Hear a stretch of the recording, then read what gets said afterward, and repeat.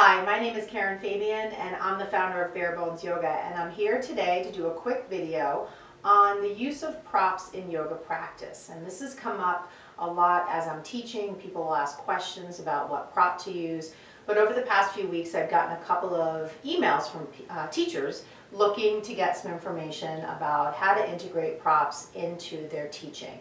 So let's go over a couple of basic things. From an overall perspective, I think many students have the thought that using a prop is somehow a comment on or a reflection on their level of practice. And in my opinion, nothing could be further from the truth. Props really are a very smart thing to use to help the biomechanics of the pose, to in many cases increase the leverage that you have for different actions that you're taking from a biomechanical perspective. And they also can be used in particular styles of classes to create greater comfort and support to the body. And even in kind of your traditional flow type class, there are several poses towards the end of a typical sequence where it might be nice to create a little bit of comfort in the posture itself. The other aspect that it does for many students is creates height away from the ground. And as I go through some of the examples here, you'll see how that height away from the ground can create more length, especially as it relates to the shoulders and even the hips to a certain extent in muscles that are overly tight. So I think, keeping that in mind, that props are not necessarily a reflection of your skill level in yoga. It's helpful for teachers to integrate the use of props into their cueing, rather than saying things like, if you'd like to use a. I like to just integrate the calling out of the prop into the cue itself. And most of the time, that's what I do, so that it's pretty obvious to folks that this is a time that it is helpful excuse me, to use a prop. So let's go over some of the examples.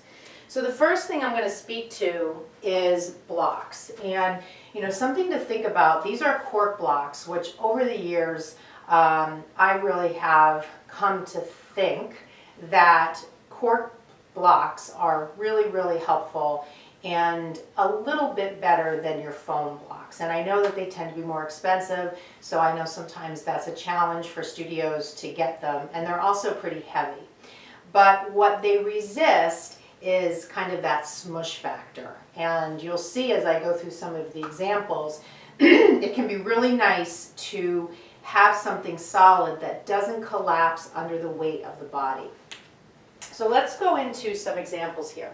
So from a very standard way, props give us extra power and leverage as we take certain postures, along with height, and that's what I was talking about before.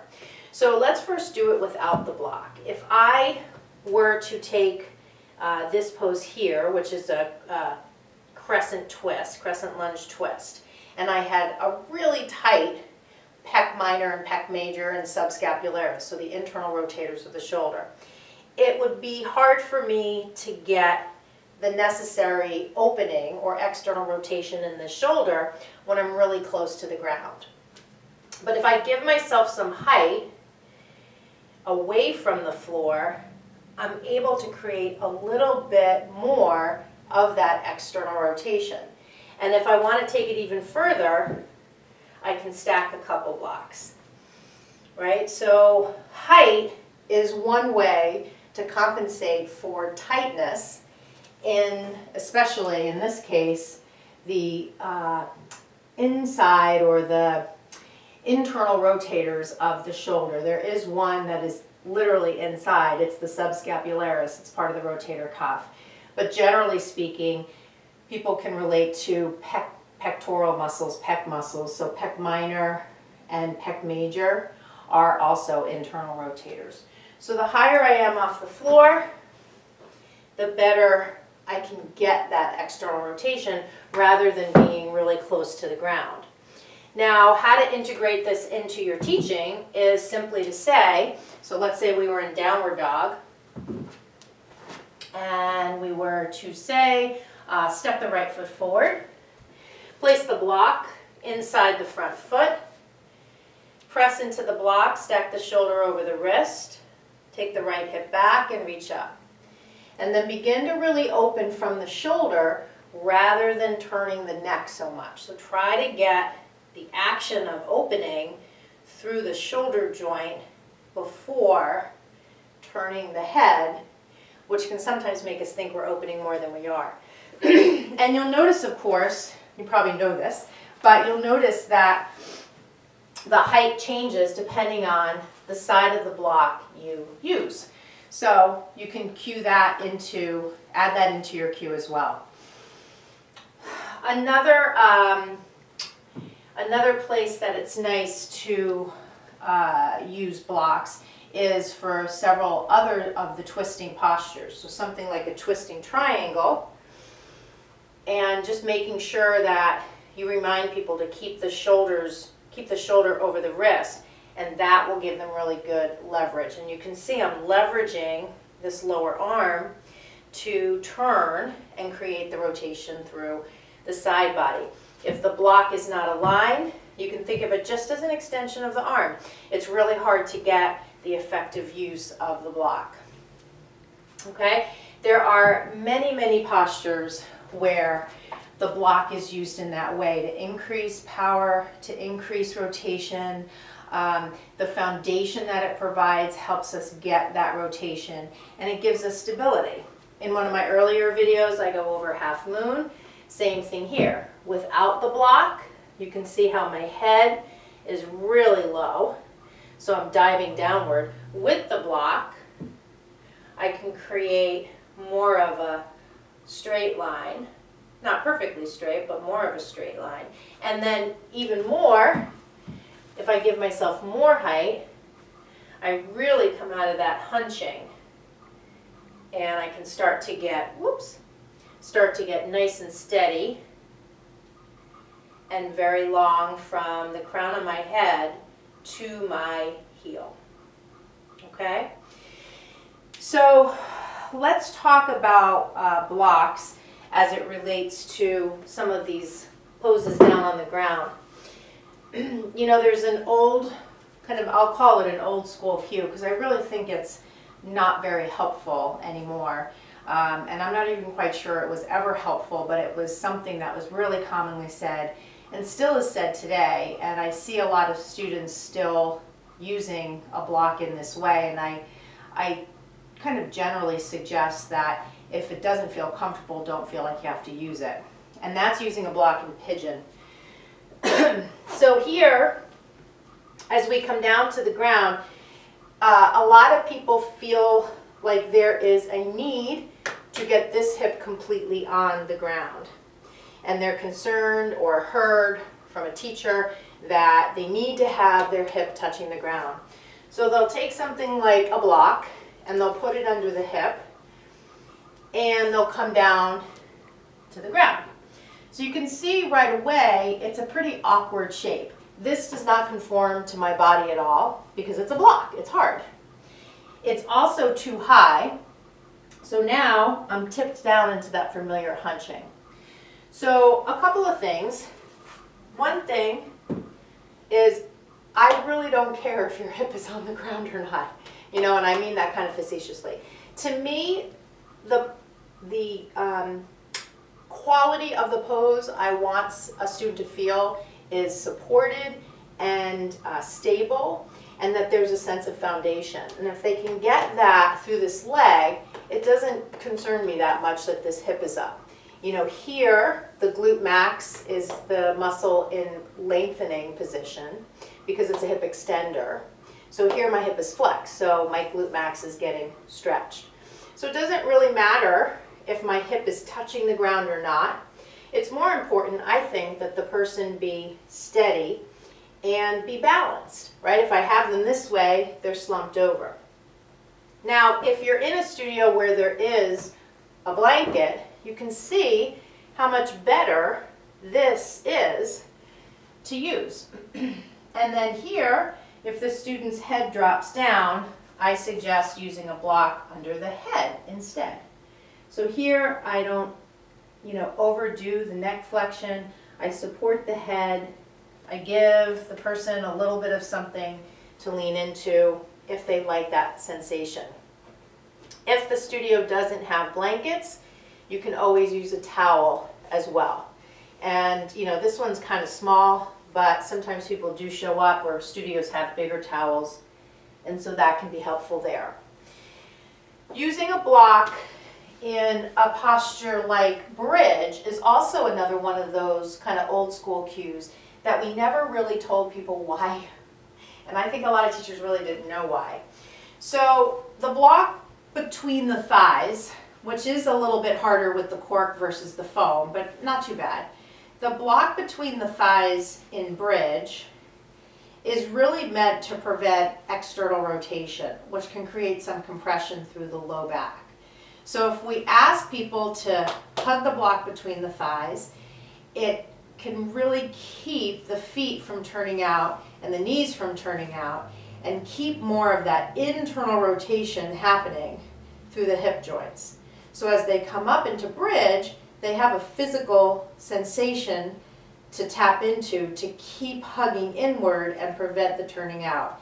Why does the turning out happen? Well, the turning out happens because the gluteus maximus, which is our major hip extender and resides on the back of the pelvis, is also an external rotator. So when you put somebody in bridge or wheel and you ask them to extend their hips, they need to understand that they also want to keep their feet parallel and fight the urge of the glute max to externally rotate. And that will only happen if they know it, if you tell them. And if you tell them that reason from an anatomical standpoint, again, to prevent some compression through the SI joint, it helps them understand why you're asking them to use the block, rather than just saying, squeeze a block between your thighs, come up into bridge. And then the person leaves class and thinks, okay, so bridge means block between thighs, with no understanding of the related anatomy. And this is really why, you know, all of the teaching I do, where I incorporate use of props or even just in the cues that I use, as much as possible I try to make the connection between the cue and the anatomy so that it's a learning and that it's information that the person then can use for their practice and just for healthy movement throughout their day. So let's talk a little bit about straps. So I think of a strap from the perspective of almost like a muscle fiber. And in a way, in my mind, it's a way to help us create more length in fibers that are shortened or in muscles that are shortened. And you think of a muscle as a collection of muscle fibers, and you think about a tight muscle. So let's go back to the internal rotators of the shoulder. Thinking about some tight muscles there, how would a person present that has tight internal rotators? Well, they present like this. And then when we ask them to do a lot of postures where the anatomical action is external rotation, we're trying to open this joint, it's going to be really hard for them because these muscles are very shortened. So you've probably done this a lot if you've been teaching or practicing for a while. If I ask them to take the strap behind and squeeze the shoulder blades together, now without the hands clasped, but with some length between the hands, I can get more movement, more range of motion through the shoulder joint. And then if I compound it by asking the person to fold forward, right? So if I didn't use the strap and I was really tight in my internal rotators, it'd look like this. And I would have a very difficult time with any movement of my arms away from my back because the joint is tightened here by those tight internal rotators. You know, because remember, the lever here is my arm, but the action of external rotation is happening at the end of the lever, which is the shoulder joint itself, right? Because joints are where the movement occurs from. So if I have tight internal rotators and I come down like this, I'm not going to get any movement at the joint. But if I give myself more space between my hands, and then I come down, I might be able to get a little more movement there and move the hands away from the back a little bit. And again, it's not a matter of how far, it's a matter of the teacher explaining to the folks in class, what's the point of what we're doing here, right? So if people just think, oh, the point is to get my hands as far away from my back as possible, that's not the point. The point is to create some external rotation, some movement, some range of motion through a joint that's typically pretty tight because of all the movement we do in the other direction. And again, these are perfect things to blend in and can easily be blended into your cueing as you're teaching, so that when you do something like this in a class, it becomes an opportunity to share with people, here's what you may be facing when you're in this shape, here's something else you can do to get out of that scenario. And we're trying to create a little more range in a joint that typically moves a lot in the other direction. You could also speak to the muscles that you want contracting. So you don't want to create more contraction in a muscle that's shortened. You want to create some contraction in a muscle that's probably overly lengthened. And those are the rhomboids. And the rhomboids live right here, scapula to thoracic spine.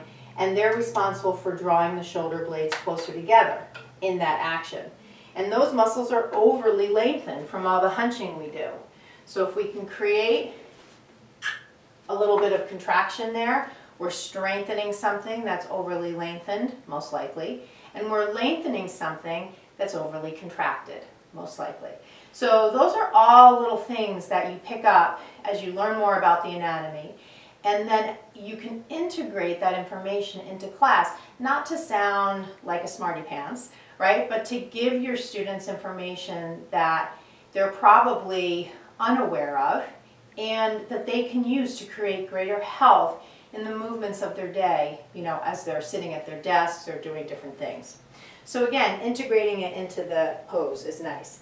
The other place where this shows up, or another example of using a strap that I could show you, is to give muscles that are overly shortened a little more length when you want to take a bind. So in your side angle type scenario, if someone goes here and has the same tightness there, you've got the same issue.